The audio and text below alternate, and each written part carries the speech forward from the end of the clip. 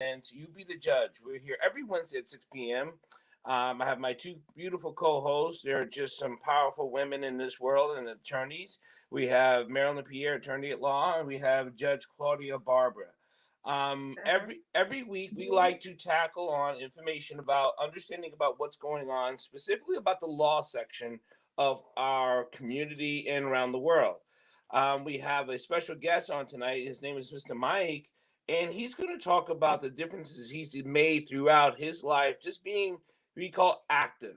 My mother was an activist, my father was an activist, and I never really thought of the term activist. If you care, you're active. If you don't care, you're not. It's just as simple as that. It doesn't mean we're not asking for a lot of time. We're asking you to be active.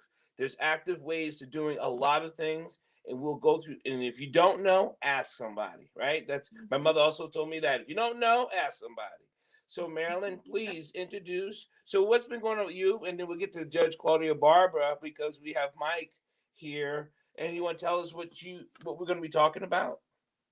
Well, before we do that, I want to say that my mother told me that if I don't know, ask someone who knows. Because you could ask somebody and that person might not know. That's so true. Okay, that's all I'm saying for now. You could go ahead, Claudia. Judge Barber, please introduce yourself. Greetings, everyone. It's such a pleasure to be a part of this podcast. And Dr. Dyer and Mary Lynn Pierre, you are inspiring in the work that you do and the forum that you have established here every Wednesday. So another week has come by, and I'm not sure. We only touched a little bit on Derek Chauvin's case last week. But it was such a monumental case and a big decision that we could go on for days and weeks just addressing that matter. But I'm glad to be here. I will stop there. I do Judge Barbara. Go ahead, Dr. Dyer. I do want you to say your thoughts on that case because as we have read and known, there are judges who can release people even if they are guilty. So it is important to know who your judges are and how they get elected and how the process is because it does, you guys are attorneys. Some of you guys are attorneys, but Judge Barbara is saying it seems like even though there's no right and wrong in the court, it's what you can prove and who is allowed to make the judgment call. And that hurts us as civilians who thought that it was about right and wrong. And it's not about right and wrong. Oh my goodness, you said a lot just there. And you're right, we really didn't touch on how important, how critically important it is who the judges are that are deciding these cases, especially police misconduct, especially excessive force, especially police brutality cases, especially unarmed civilians that are shot dead, especially because it also has to do with their take on sentencing as well. Correct. Now that's just huge. I mean, we cannot underscore that enough. And to the extent that the judge makes the decision on whether to be lenient in the sentence or not lenient in the sentence, it is imperative that voters, when they are voting for trial court judges, they try to find out as much as they can if there are press reports on how judges sentence and whether or not you want if you're in a position where you can elect such a judge, understand how they treat civilians. Are they overbearing with minorities in their sentencing, and do they pull back and not sentence the same way if the person is of a different race? That is critically important. And we can't take that for granted because, once the judge is in place, you can't get at the sentencing phase of the Derek Chauvin trial and say, oh my goodness, I should have never chosen this judge. We're too late. It's Too late. Which is why I think it's so important to have that discussion. I think that discussion will be a great discussion for next week. And the reason why I would like to move on from that discussion right now is because we have Mike Tabor as our special guest, and Mike has so much that I guess we could talk with him about. And I think that if we start going down that road, we're probably going to continue going down that road, and we won't hear as much from Mike as we want to hear. I would like to introduce Michael. He likes to be known as Mike Tabor. And I want to say that the Jewish Exponent describes Mike as a tireless activist, which I definitely agree with. And he is an organic farmer. I could testify to that because, oh my gosh, I don't know if you've ever had any of his fruits or vegetables from his farm, but it is amazing. He's a justice seeker, which I could talk about firsthand, and a husband, which is why I didn't want to say anything about Esther, because Esther knows where Mike lives. And also he is a father. And I'm pretty sure Esther could speak about that as well. The Jewish Exponent also describes Mike as the ultimate pot stirrer, a nonconformist. And that is their quote. And I'm just so very, very happy to introduce Mike Tabor. Mike, before you get started, I want to ask you a question. And this question comes from my personal experience. My mother came from Haiti into the United States when I was 4 years old. And at that time, she didn't know that many people in the country. So she ran into this family, and they happened to be Jewish.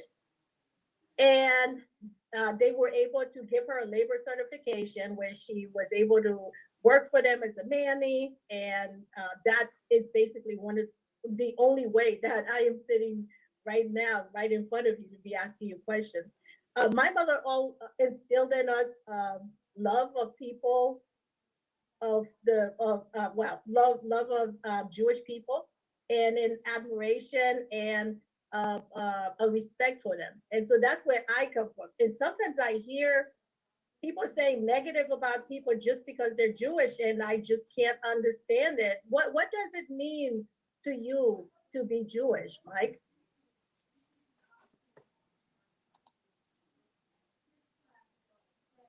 You need to unmute yourself. It's not my computer is not my forte. I mostly, even though right now I'm writing my life history and farm journal and stuff like that, I'm handwriting it. So Esther puts it in computer format. The old saying is Jews are like everyone else, even more so. That's the self-description. That's pretty traditional. And it does bother a lot of people, Jewish and not Jewish, when they hear conspiracy theories. And that goes to extremes, especially when you listen to people who have conspiracy theories. And we've experienced those with one of the places where we have a farm market in Ward 8 that came out about Jews having secret meetings to control the weather. And on our farm, I've been a farmer for most of my life, about 50 years.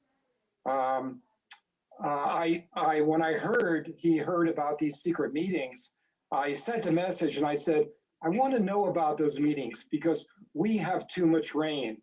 And as a certified Jew, I'd like to go and speak out to try and get some more sunshine and less rain. But the conspiracy theories, just like conspiracy theories about any ethnicity, any people generally, are very ugly and very disturbing, of course. So the Jewish, during the Trump era, you know, and groups, crazy groups like QAnon, you had death rays from space, Jewish death rays causing, what were they causing? Oh, forest fires. So I don't claim any strong expertise as a person who's Jewish, just my own paths of self-discovery and trying to understand beyond the religious school level what my history, what my people, what our life experience have been going back as far back as I could trace it. So, and I did once teach a course in Montgomery County for incoming teachers to the county on Jewish sensitivity. Someone still teaches that course, but I was taken aback by how little people knew about Jews. And how I feel is I'm somewhat unusual because I was brought up in a low-income housing project in Brooklyn. I'm not sure why, but when my father came back from World War II, rather than use a GI Bill, they chose not to buy a house, which they could have, the money of which they could have retired on. Instead, they qualified as low-income, people, and I grew up in Fort Greene housing project. And where is Fort Greene was in Brooklyn as well? Mm-hmm. Yeah, Fort Greene is in Brooklyn, near the Navy Yard. Yeah. Mhm. And so I grew up with overwhelmingly people of color, other working class Jews, Italians, not too many Irish, no, Puerto Ricans. There was a big influx in the 50s of people from Puerto Rico. So I got a different, and I was actually taken aback when I heard Jews were supposed to all be wealthy, because I knew that wasn't our background. Our background was not poverty, but pretty close to it. Both of my parents had to work, and my mother was a secretary and did payroll at a hotel.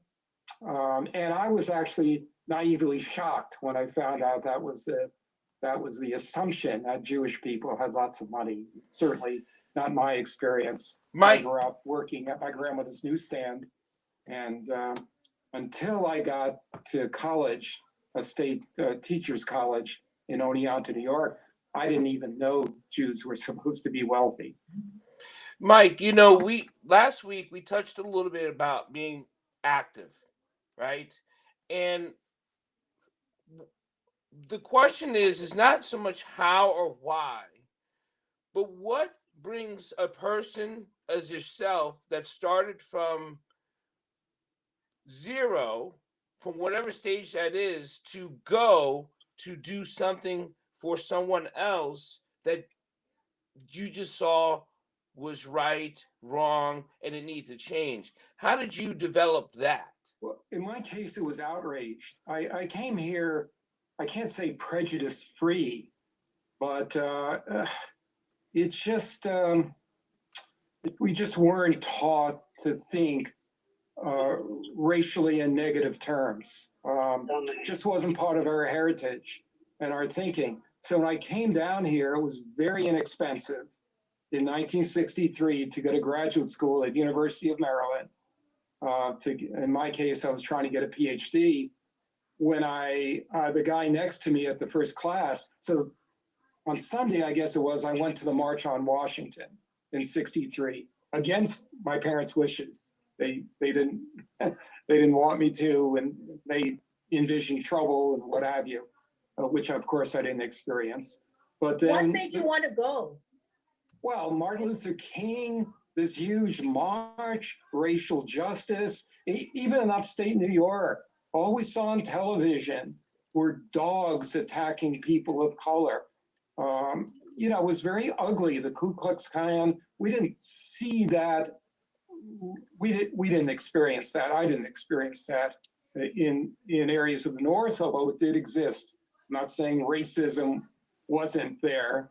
I'm just saying I didn't directly experience it. And King was a model, a role model, and his beliefs just were wonderful to me. And of course, I went there. And the fact that a rabbi was marching hand in hand with King, Heschel, it's very impressive. So I was sitting in the first day of class, Monday, and a graduate class, and there was a guy to my left who was also from Brooklyn. and I said, hey, not being a beer drinker, I said to him, I don't understand what's going on here. Yeah, how about we go out for a beer? And we went down to College Park, a place called De Janeiro. It's a pizza and beer joint. And we sat down. And the first thing I found out, the waitress came over and we said, oh, you know, we'd like to order a pizza. And we both ordered beer. And she said, honey, or something like that, I'm afraid to tell you, but we could serve you, but we can't serve him. And I said, what? What are you talking about? And then it hit me, College Park was segregated. And College Park, Prince George's County, the yeah, county yeah. that now has the, what is, it's well known nowadays for having Black people with the highest per capita income of any county in the country, right? Well, then it was a primarily white county, and I sent Wow. you some material. I know I filed the complaint against the school system on de facto segregation and tried to hold up their money for education, since it was basically more or less a segregated school system. But I was outraged. I could not believe that in order for a person of color to get beer or anything else, they had to go up to a window on the side of a bar, could not go to any hotel or motel.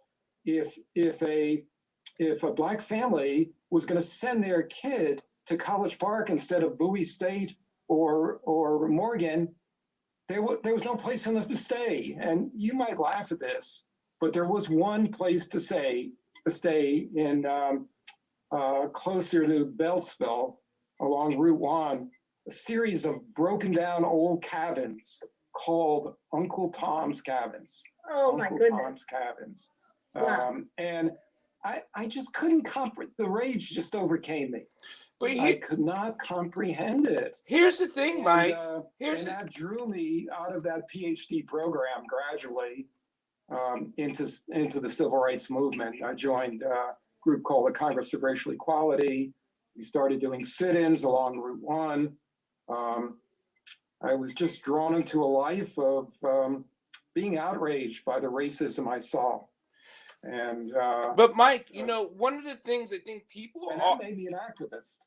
one of the things I think people are not getting, some are not outraged as you were, and then some people just will never be affected by anything because it doesn't touch their doorstep, a friend close to them. So how do we engage people who really just don't have a stake in the game for them? I don't have the answer. I do know that 6 weeks ago, when I heard Joshua talk about a man that was in jail, starting at the age of 19. This is 30 years later. New evidence has come up.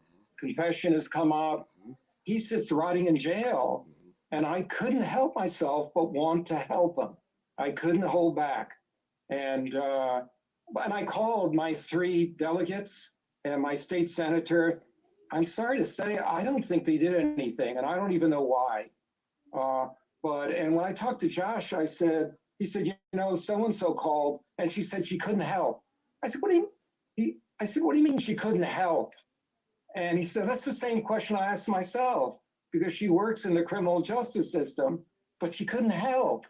So that kind of stuff just outrages me. It stops me. It gets me angry. It makes me want to change. And part of that is the heritage, which is about social justice and compassion. Part of it is the attitude of my parents.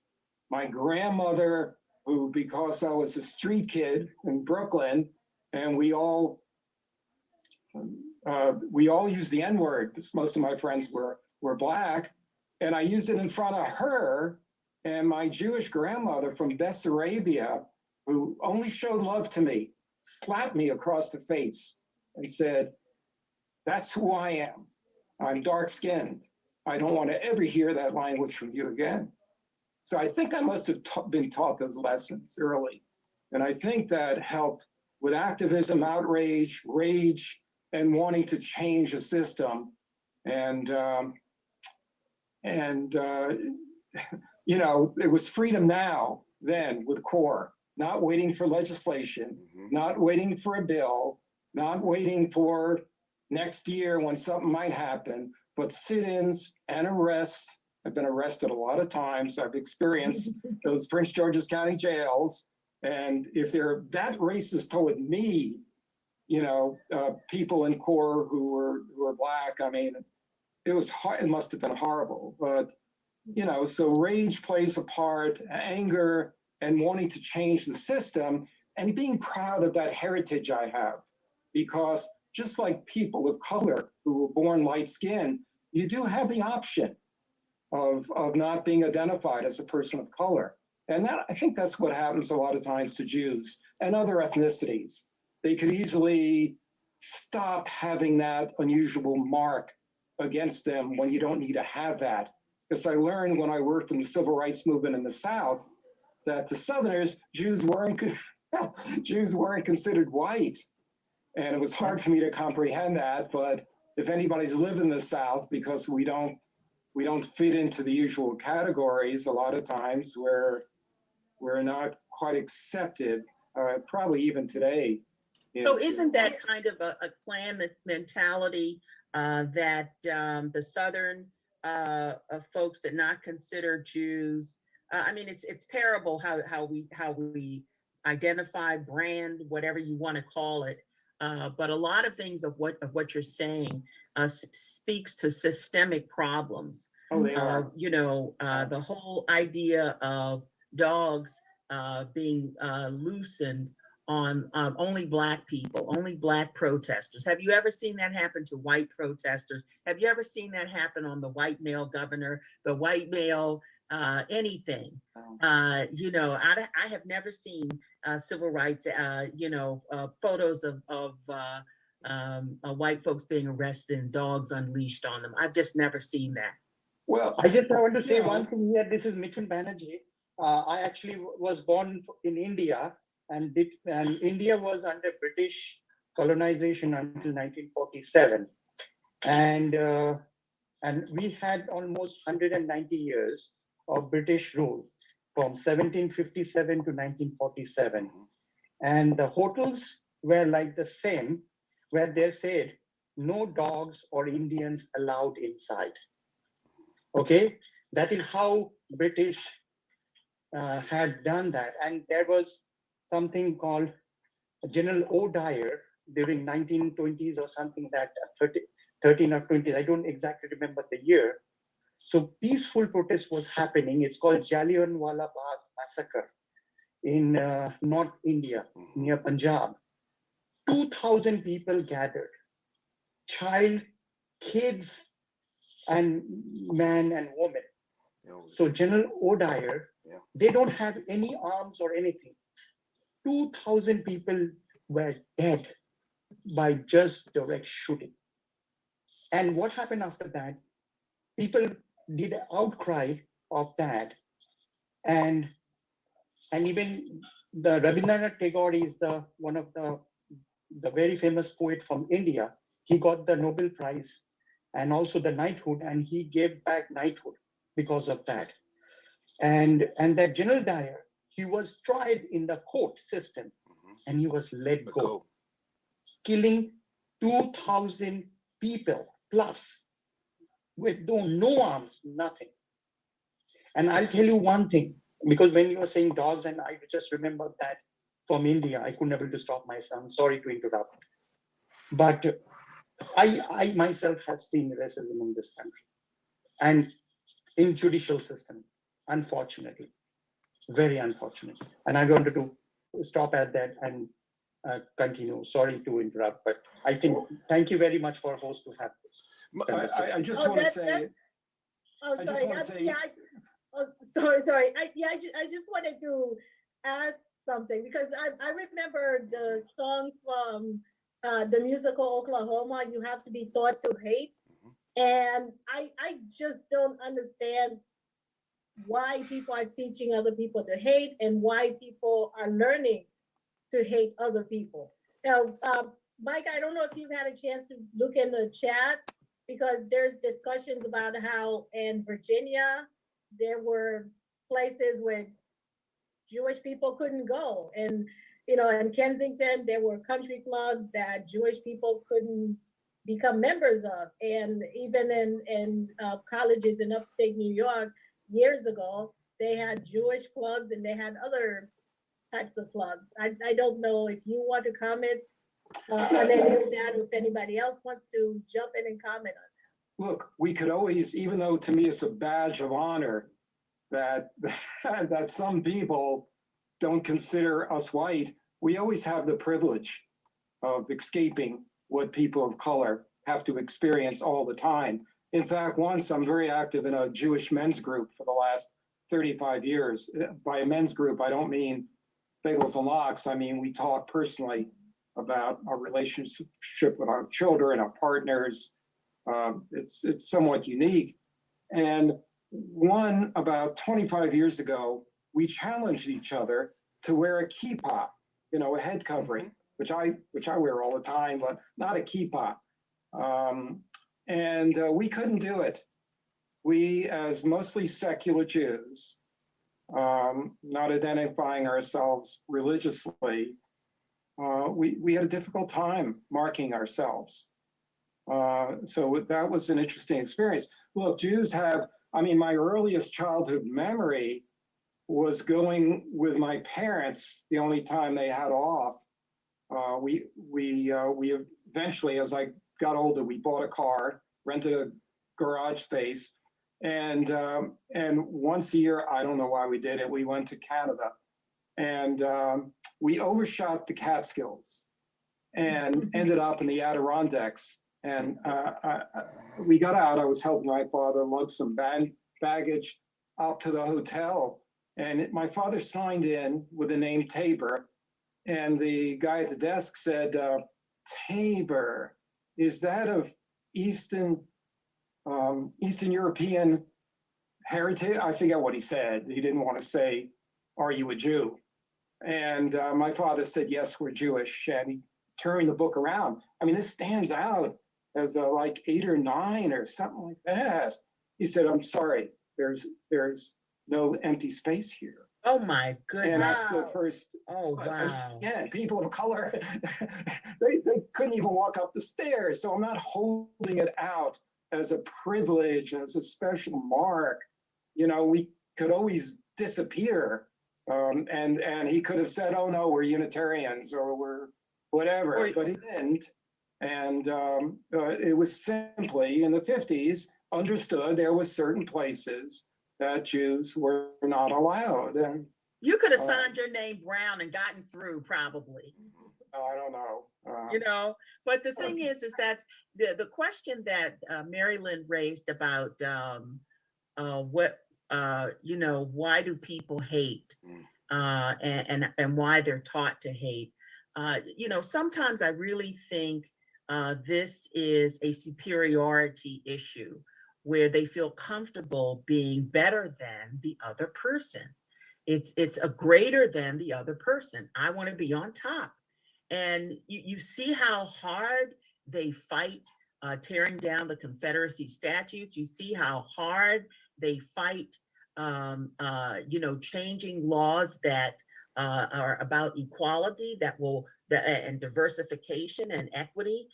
They fight that tooth and nail. And even a Baptist convention, a denomination, they even had problems eliminating white supremacy as a subject, as part of their ordinances. It's unfathomable how they will hold on to white privilege and at the same time be in denial, that they're not doing it when they are doing it. But they understand it very well. They understand it very well. They know what having priority over jobs, having the priority over privileges that are associated with getting hotel rooms and things of that nature. They understand privilege. They do. Justice Barber, I've never quite gotten it. I've had the outrage. I've experienced the anger. I know there's a friend of mine, Jerry Serrata, who's a rabbi. We know each other many years, but I think he grew up in near Miami, I think on Arthur Godfrey Boulevard. And my mother, whenever she used the word Arthur Godfrey, she would always preface that anti-Semite, because he was a well-known radio personality, but he was pretty deeply anti-Semitic. So I know the rage, I know the anger. I'm going to say in a genteel way, maybe it's a fear of strangers generally. Maybe that's at the root of this But some of hatred it- of racism. Some of it is fearing the loss of power. Some of it is really fearing the fact that you're not going to be on top anymore. You know, that you have to have that top spot. But there's And- also a political, hi, I'm Vicky Stern. I wasn't planning to talk, but Mike, there's so many things that you bring up, although now I'm a little bit intimidated by Jerry Sirota being here. I just realized. So correct me if I don't understand anything. I'm Jewish. I'm part of Jews United for Justice, although I was raised in New York as an atheist. There's a lot of things that I could talk about, and I'm now calling that in myself Jewsplaining. But I think that one of the biggest things that I've learned lately is how much I really have to look at myself as white in America, because there's some elements of that are very difficult, in that we were the center of a lot of hate for thousands of years. And I could go on a lot about that, but I'm really working on this self-perception as white. I think that's very important in America, even though in my the way I was raised, I think my parents always said they're going to kill you anyway. You might as well tell them you're Jewish, they're going to kill you anyway. That was how I was raised. So I have a fear factor with blonde people, to be frank, so it's been a real learning process to be white. And I think that one of the things that makes a lot of Jewish people, but not all, we're very diverse like everybody else, but a lot of us have a sense of, during Passover, we say we were slaves in Egypt, not just our ancestors, but we personally. And you have to think about life from that perspective. And I think that for a long time in America, many Jewish people have felt like that. And that is why many of us have been, I think that may be an underlying Mike Tabor thing. And I'm nowhere near as wonderful a human being as Mike. What are you talking about? But Mike is so wonderful in acting on his outrage. I have had a similar thing when I came from New York to the rest of America. I couldn't believe it. I wouldn't tell people I was Jewish, that let them think I'm Italian or Puerto Rican or something from New York. But anyway, I'll shut up now. We try and, as Jews, if we're conscious of being Jewish, and if we're proud of being Jewish, we diffuse it with humor. That's our, and if you think of a lot of well-known Jews, sadly, Woody Allen, but also Seinfeld and Larry King, it's all about humor. And I found myself in the summer of '64 with Congress of Racial Equality, going door to door in not that far from Durham on voter registration. And I was kind of shocked, but in those rural roads, Black and white families live near each other. And in training, we always went out on a Black voter registration person and a white person. And we were told to be careful not to knock on a white door, because obviously we had the core buttons on, Black hand shaking with a white hand, had Freedom Now on, and probably something else. And sadly, I wasn't watching, and knocked on a white door. And they saw me with my bib overalls. They knew what it was about, and they started cursing at me. I mean, really badly. And my attempt was to leave quickly, to run. And I couldn't find my co-worker across the road. I didn't see him. And I started walking away, and then I saw the pickup truck blocking my way, an old red pickup truck with gun racks. And I saw them looking at me, and they started screaming at me, calling me names. And one of the names was Yankee son of a bitch. So coming from Brooklyn, of course, I said, wait, I'm not a Yankee, I'm a Brooklyn Dodger. And that didn't go over well. And then I included, and a Jew. And that was the fatal mistake. And I just saw the baseball bat coming down on my head. And the next thing I knew, I was back up here. They put me on a bus. I must have had a concussion because I still had bandages and blood on my head. And they must have got me on a Trailways bus and sent me back here. And someone picked me up, and I really did not remember what happened.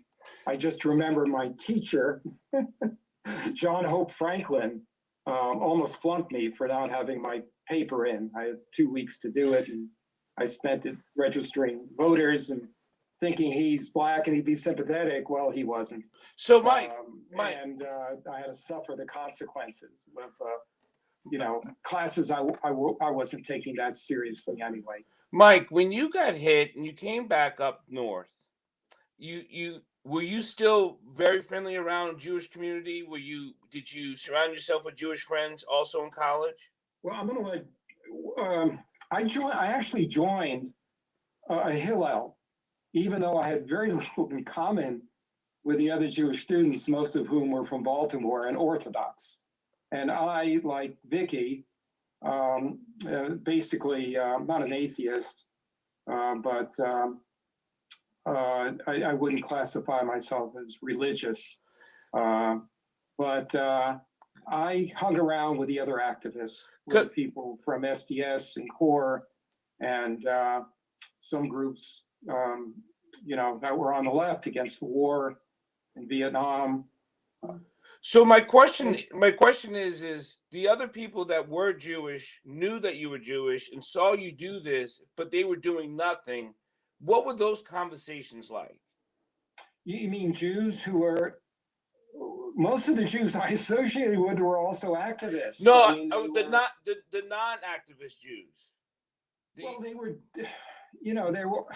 Jerry could talk about, they were Orthodox Jews from Baltimore growing up, and I just respected them that they did not identify the way I did, and they saw much more promise in things like Israel and observing the Sabbath and looking at Judaism in a very traditional way. My view of Judaism comes from biblical archaeology and knowing the difference between sacred Judaism, which is what you're taught in Sunday school or religious school, and really what was happening that we've been able to understand because of research that's been done by archaeologists. So Jerry has done both. Jerry, when he was a Hillel advisor, I don't know how he did it, had Orthodox kids, and every once in a while invited people from Jews for Urban Justice and Shomer Adamah and things that he himself was committed to. And so, Jerry, you want to answer that? What is the conversation between the conversation between people who are active and the people who you are religiously connected with who are non-active? Well, I think it's the same in virtually any community, but I grew up in the South. I mean, I grew up in the deep South, although you would think Miami wasn't the deep South. When I grew up, there were segregated schools. There were curfews on Miami Beach. I'm old, so in the 40s there were still curfews.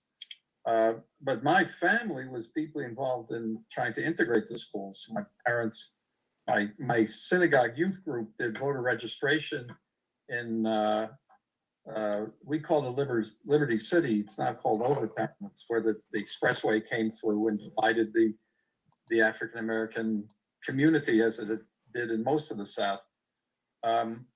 So there were liberals who were nervous about showing themselves, and then there were progressives like Mike Tabor and myself that felt that our Jewish commitments required us to work on behalf of civil rights and voter registration, and just I have my parents supported it totally, as did my synagogue, but other people were cautious, and they did have. I mean, you're talking about a time when in Miami Beach, and Mike referred to Arthur Godfrey Road.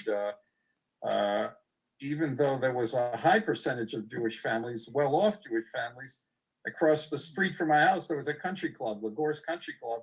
No Jews and blacks could be members. The same, this was all over Miami, including the section where Arthur Godfrey's always stayed at the Kenilworth Hotel. So we were in it together. In the South, we were in it together. There always would be people who was, because of the 95% of us, not all, but 95% of us who could pass for white, there would be people who would, in effect, escape from what their Jewish tradition really required them to do, and what their history would show them was necessary in order for all people to be free.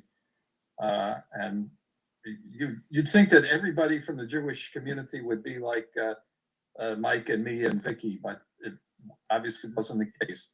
So how people responded, I would say they were embarrassed. They were embarrassed that they weren't with us. It wasn't that they opposed those of us who were active. They were afraid. They were afraid, and in the South, they had some reason to be afraid. In perhaps smaller towns, not so much in Miami. People did fine without being active.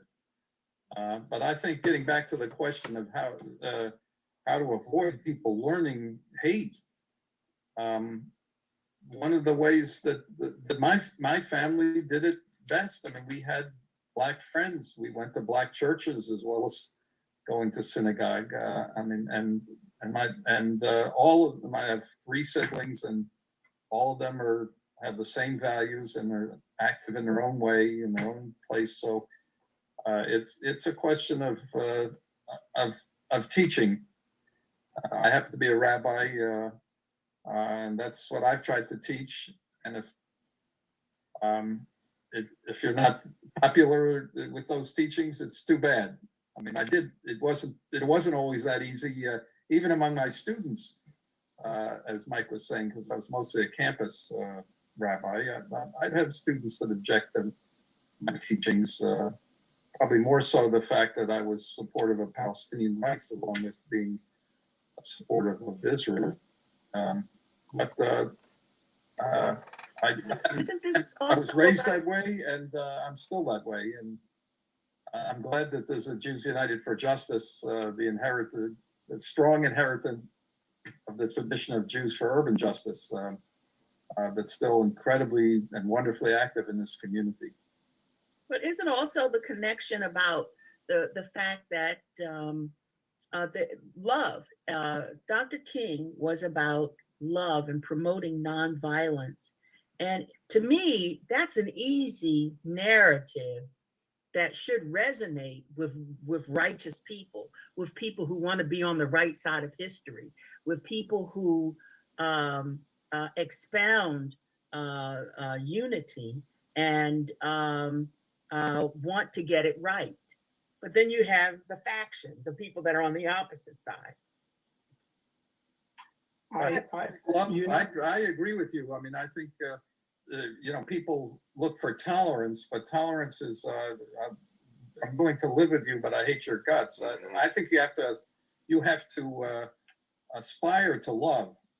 You have to aspire to love your neighbor. You have to aspire to love the stranger, 2 different commandments in the book of Leviticus, to love your neighbor who's like yourself, and to love the stranger, the immigrant, the migrant, the person who's not like you. 2 separate commands.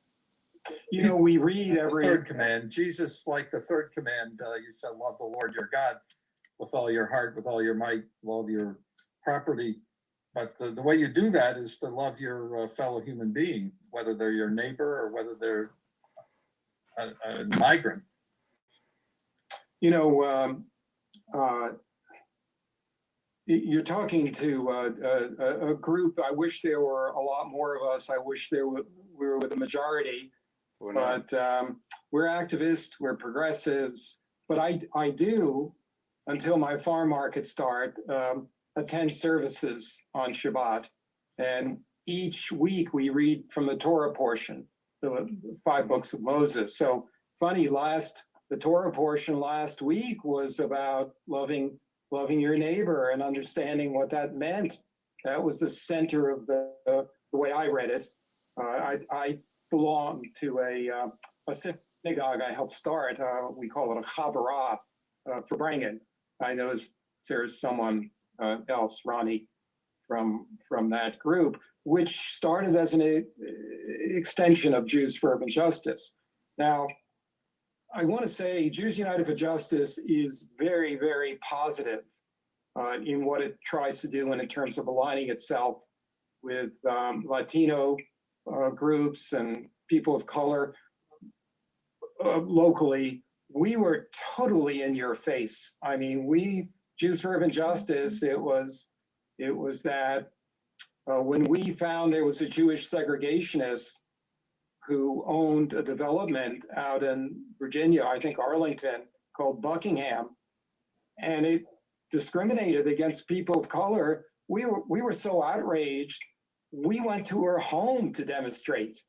And when we found out she belonged to a synagogue, we went to the rabbi to let him know that he needs to intervene. How dare this person be a Jew and turn away people of color? You know, we were young and inexperienced, and we were true believers.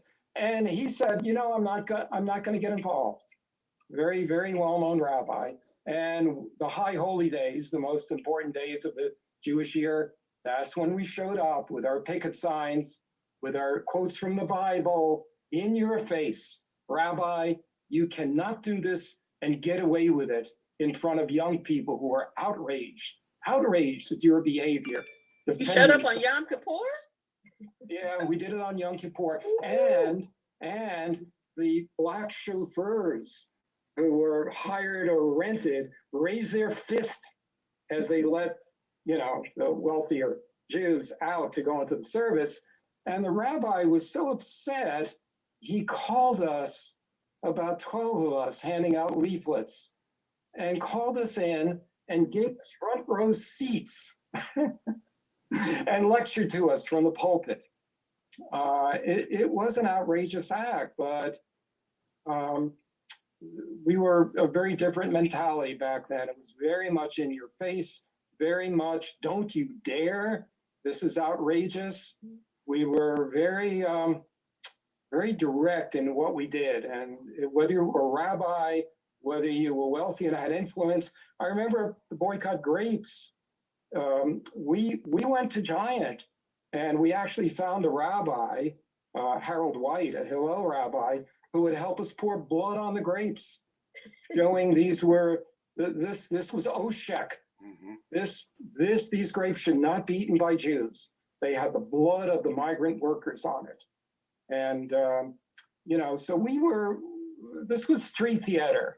And the reason we got involved in this stuff, I have to also mention, is Black nationalism was on the rise. Because I remember as the chairperson of the core chapter, getting a letter from National Core, how to eliminate the white members. And the message at the time was, white people need to deal with the racism in their own community. And that's why we started Jews for Urban Justice, to deal with slumlords, segregation, and rabbis who would not deal with the issues of racism. A big difference. Jews United for Justice is much more constructive, much more involved in working gradually, and a different era. You know, those were the 60s and 70s. That's the last major point I wanted to make, so I'm going to shut up. Well, I have to apologize, and the reason why I'm apologizing is because I mixed my musicals. because that song is actually from South Pacific and not Oklahoma. You're right. So- That's right. So sorry about that. But I do have a question though, which is, I've heard Jewish religion, I've heard, white people, I've heard, so what exactly is, could you please explain what exactly you mean? Whether it's you, Vicky, Jerry, Mike, what exactly do you mean when you say Jewish? Because a lot of people don't understand whether it's a religion, whether it's a people, whether it's it's a race, because we've talked all about that. What exactly is meant by that? Or Nothing. is different things meant by that? Nothing homogeneous, nothing, it's, I mean, the faith definition, I mean, Vicky has already said she's an atheist, but intensely Jewishly identified and committed. So we're talking here about, I once had a guest, a Native American, Dennis Means, at our house back in the 60s. And he said, "What's this thing with Jews? Who are you people anyway?" And my answer then, he was on his way to be involved in a major demonstration at Wounded Knee. And I said, "We're a tribal people who forgot that that was 60s, 70s, early thinking." I still think it stands to an extent, but it was really Napoleon and something called the Council of Jewish Notables, that if Western European Jews wanted the right to vote, to understand Jews didn't have the right to vote during the Napoleonic era, 1806, 1807, he convened the Council of Jewish Notables, a Sanhedrin, to discuss concessions the Jewish people of at least Western Europe would have to make if they wanted to vote. And one of them was stop using this concept of nation and tribal and people and become a religion, like French people, German people, whatever. Jerry, do you want to build on that or disagree? Well, I just give it a somewhat different spin. We are a tribal people which has a historic religion, which is called Judaism. But even from the sort of the origins of the tribe, the Israelites escaping from Egypt, there were people who were fellow travelers who weren't believers. So the things that whoever was asking, Claudia or whoever was asking, we are a people, we're a civilization, but we're definitely not a race. The Nazis defined Jews as a race, but they were wrong. I mean, they're Jews of every race, and the fact that they're unlike the tribal people. I mean, you could join the Jewish people over the years. It was possible to join, so it's not a racial group and it's not an exclusive group. There have always been people who identified with the Jewish people and either converted to the religion of the Jewish people or simply associated with the Jewish people and their values. I think that's true of some of the Egyptians. If you read the Bible carefully, there were a number of Egyptians who came with the Israelites and who identified with their project of escaping from slavery and overturning Pharaoh. So it's an ethnic group, a civilization that welcomes people joining on its path. So therefore, it has a religion, but there are plenty of Jews who don't identify with the religion or identify with it in various flavors: Reform, Conservative, Orthodox. I mean, there are even flavors of, I call them flavors, because some of it tastes good and some of it doesn't to certain people. So so I hope that isn't too long-winded, but it's a complicated question, obviously. A person who is a Christian, I don't think it's really possible to be a secular Christian. You can be, I guess, a cultural Christian. I mean, you don't go to church, but you identify with the history and the values of Jesus, the follower of Jesus, and a cultural Christian, it's certainly possible in the same way to be a cultural Jew. So we're not so different in that way. But Christianity is a religion. Jewish identity is an amalgam of civilization, peoplehood, tribe, ethnicity, and religion. I'd like to add to that, Jerry. I think that this crisis of who is a Jew and what is a Jew is a very late 20th, 21st century issue. So Right. I wanted to share a little bit about that, because in Europe, when you were talking about Napoleon, so pre-Napoleon, Jewish people were not considered citizens of Europe. And that wasn't just in the 1800s, that was forever. And pretty much any decade, if you looked across Europe, there was some country burning Jews at the stake, slaughtering them. When the Christians went on crusades against the Muslims, they'd go and kill all the Jews along the way. So there's this long history in Europe of being considered this separate group based on religion, who were complete outsiders. And then even when they got to a point in the 1800s when Napoleon did allow them to become citizens, essentially, well, the Nazis happened. So now we're, almost 60 years later or whatever in America. And but I'd like to just switch to the question about Claudia's question about hate. And I think somebody in the chat wrote, why does everybody hate Jews? Well, that's like a big question that I don't know, Jerry probably knows more about the books that are written about that.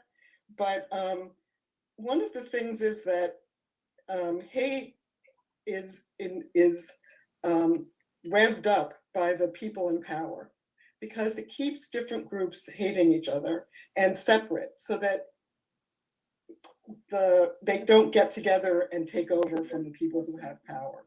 And I don't know if there's probably a much better way of explaining that, but that's a lot of what's going on now. And it is really the role the Jews played in Europe, where the people in power would get the peasants to go kill all the Jews, and then they weren't killing the people in power.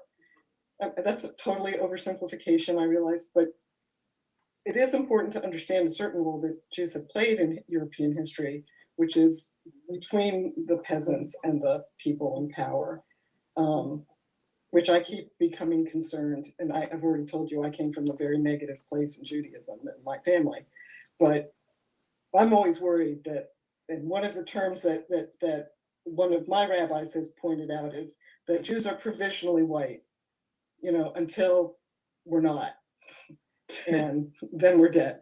So I wanted to add a little bit, and I think hate is incredibly irrational and it's incredibly used in politics. But I think, Vicky, you brought up a point where I think it was about ready to get there. This is an economic issue, right? This is economics, right? And I've written many papers and articles about it's not so much who to hate or what to dislike, but who's controlling the economic division of power. So, and that's what I think Vicky was talking about. If I can keep you fighting over the crumbs, then I keep the big bread. So as long as you keep scrapping over the crumbs, and I can keep you divided within yourself. And I think that's the difference between what Jewish people have done, is that they have collaborated together and they have majority stuck together. Where the division of blacks, when it comes to inactivism or apathy, they're just so emotionally broken. They're so traumatized emotionally and mentally that they can never get together collectively. And that's what's and until we as a people, we'll always say this, that until we as a people do something together, then we will always continue to never move forward, and they'll keep us fighting over the crumbs. Because that inactivism that people have, it's apathy. It's not just fear. So I know, Gerald, you said, some people are just afraid, some people just don't want to do. And And Mike, when the time that you had a bat hitting you in the head and things that you were doing, we're not doing this to be heroes. We're doing this because it needs to be done. You know, we're looking for something. We have 3 children, and one of our children, Adina, is a social worker in New York who works with nurses, help placing nurses in parts of the country. And I have a picture, which I wish she'd put in a front room. Oh, here it is, of Cesar Chavez. So I worked on the Great Boycott.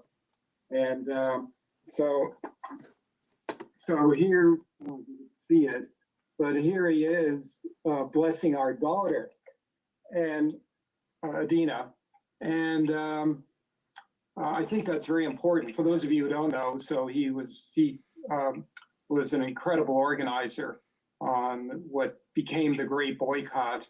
And I worked a lot on the Great Boycott, or as much as I could. And I once asked him, when I started hearing anti-Semitism from poor Latino people, I said, where does the anti-Semitism come from? They probably have almost no contact with Jews. And he said, you know where they pick it up? The same place a lot of Black people in the South pick it up, from the oppressor, from the racist, from the boss, from people who they actually have a secret embracement because they're the boss. I mean, that's why I think some people voted for Trump who shouldn't have voted for Trump, because they hear the racism and they said, oh, this is the way white people think. And next thing you know, they're being anti-Semitic or anti-Black or, whatever. They learn the racism from the haters. And that was his insight, which I still think has a lot of validity. You want to learn it, this level of hatred that has no depth, no end. You'll hear that. You'll hear it plenty, whether it's against Black people, Jewish people, anybody who's different. And, I just this morning heard one of my neighbors. They know I'm always going to say, I have to tell you, I don't like that kind of talk in front of me. Up at the farm. I don't want that kind of talk. I don't believe in it. I'm sorry you do. So it's important to speak out, if you do come in contact with working class white people, Trump supporters, sadly, as I do all the time up in the farm area where I shift between that part of my life and then coming down here. And I learn about all these despicable things going on across the country, including this horrible case of this now Black general, who was treated in such an ugly way when he went to VMI, being exposed to the hatred and anger. It has no depth. It's not rational. It's not a matter of education. It's being taught by parents to hate. Yeah, and Mike, I could listen to you all day and all night, but someone did have a question about, oh gosh, what was it? Farmers being displaced in the District of Columbia. I don't know. Kim, do you want to unmute yourself and ask the question, or do you want to put it in a chat? Oh, okay, you're unmuting yourself. Please ask your question. Sure. I'm sorry. I just responded to you directly. So I found out about this call from One DC, and they had said that y'all specifically would be discussing displacement and farmers markets in DC. So I just wondered if we're actually going to discuss that tonight, or if they made a mistake. I think we've been kicked out by some trust of the space we've been at. I'd like to thank everyone for watching. We're going to continue to have this conversation here offline. We'll be here every Wednesday of You Be the Judge. Tune in, share, and tell us what you think. And we will be visiting with you next week. In this case, all of whom are against statehood, and in their case, private funding of private